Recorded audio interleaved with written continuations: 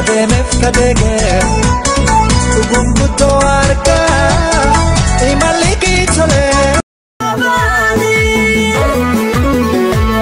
Addunyaa waliin genne callee jitte fakkaanne miidhagaan jireenyumaan turree isaanii dhabne nuti isaanii ni mamne.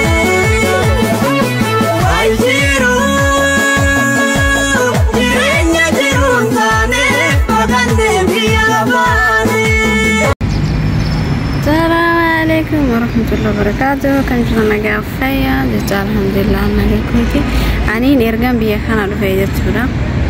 Hadiiqa olma daa'imanii indeemu maalifi daa'imanii qabnu jechuudha indeemu hadiiqa olma daa'imanii bafsuum indeemu indeemellee beeku indeemu jechuudha.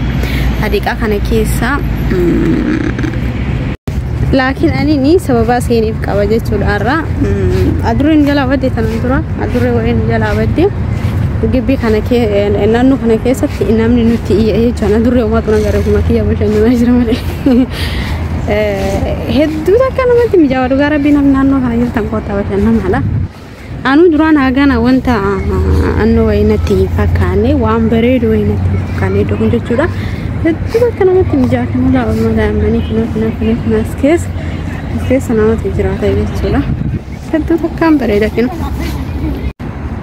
kinoo hedduu namatti mijaawaa isiniin jedha kinoo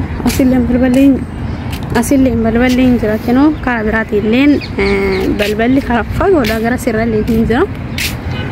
Kunoo duuba isaa ammoo hedduu takka namatti mijaawaa baay'ee tokko bareeda kinoo akka siisee sin agarsiisa.